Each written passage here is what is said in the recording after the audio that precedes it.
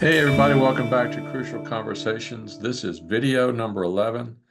This will be our final video in our Crucial Conversations training. So throughout our training, we've thrown a lot of ideas at you, a lot of thoughts to practice on. And believe me, it's going to take practice. This is not something that happens overnight. But let's just review some of the ideas that we've talked about. We've talked about what is a crucial conversation? It's one that has opposing opinions and has high stakes and has high emotions. We've talked about dialogue, where everyone gets to participate. We've talked about the fool's choice, where we don't see any positive outcome of a conversation. And we talked about those who are skilled at dialogue reject the fool's choice.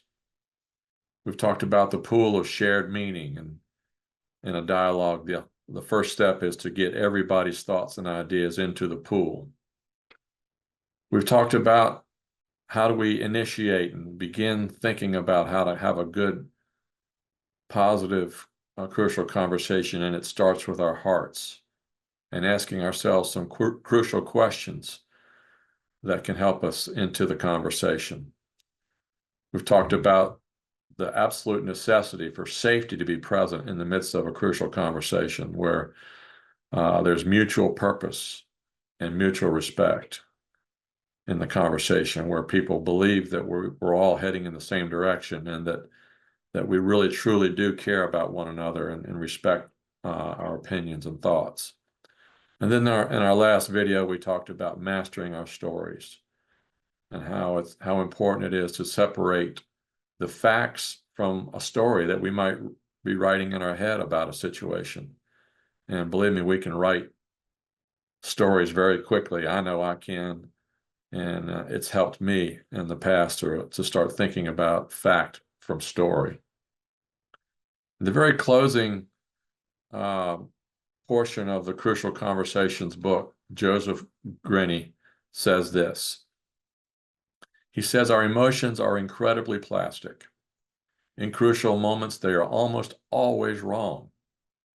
But with practice, we can gain incredible power to change them. And as we change them, not only do we learn to change how we see those around us, but we learn to change our very lives as well. So a big part of our training has been this idea of recognizing and controlling our emotions in the midst of a crucial conversation.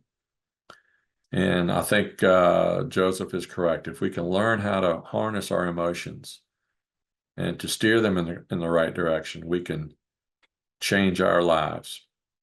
One thing I want to highlight about this sentence, or these sentences from Joseph, is that this is a practice. This is not something that happens overnight. All of these thoughts and practices are disciplines and practices that we learn to think about over time. And we make mistakes, and we learn how to, what do we do wrong in this conversation? How did that one go sideways? And we apply the ideas in order to improve over time. That's what's happened in my experience.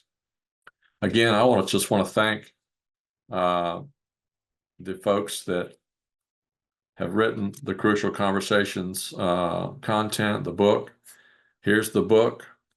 I really recommend it. I've covered just some high points. There's lots more good, valuable content in the Crucial Conversations books. There's videos on YouTube. There's all kinds of good content that you can get hold of. I've got a few more books that I'd be happy to share with you. If you want one, let me know. But I really do think that as we apply these principles and ideas and disciplines to our lives, and as our work together in our church, we can be more effective in the kingdom of God for what His purpose is. That's what it's really all about for us here at the Three Child Church. So once again, thank you so much for joining us. I hope it's been a benefit to you. I know I've benefited just from reviewing this.